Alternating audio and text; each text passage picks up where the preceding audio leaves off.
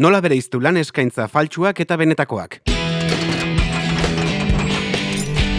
Egia alda interneten lan eskaintza faltsuak daudela?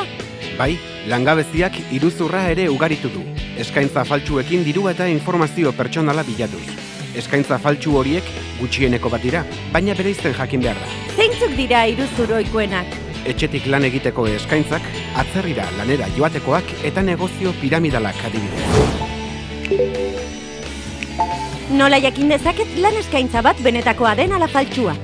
Ondorengo kasuak susmagarriak dira.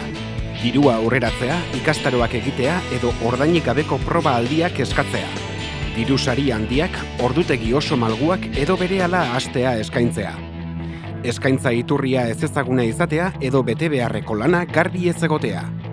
Eskaintza emaile heltzea edo tarifikazio osagarriko zenbakietara deitu behar izatea.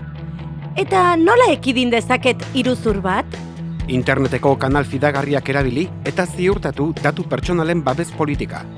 Bilatu sarean enpresaren informazioa, eta eskaintzaren ezaugarriengatik zalantza baduzu ez aurrera jarraitu. Badago bereziki arriskutsua den iruzurrik? Transakzio bitartekariak deiturikoak. Norbere kontuan transferentzia jasotzea beste batean sartzeko komisio truke. Ondorio penalak izan ditzake, kartzela zigorra barne. Zer egin behar dut iruzur baten biktima banaiz? Ertzaintzara jo albaitarinen, eta interneteko eskaintza bada, atariaren kudeatzaileei jakinarazi. Beraz?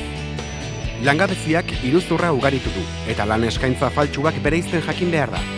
Ez fidatu etxetik lan egiteko, atzerrira joateko edo negozio piramidaletako eskaintzekin. Zaindu iturri ezezagunak, emailetako eskaintzak eta tarifikazio osagarriko telefono zenbakiak. Transakzio bitartekariak bereziki arriskutsuak dira eta ondorio penalak izan ditzakete. Iruzur baten biktima bazara, jarri harremanetan ertzaintzarekin.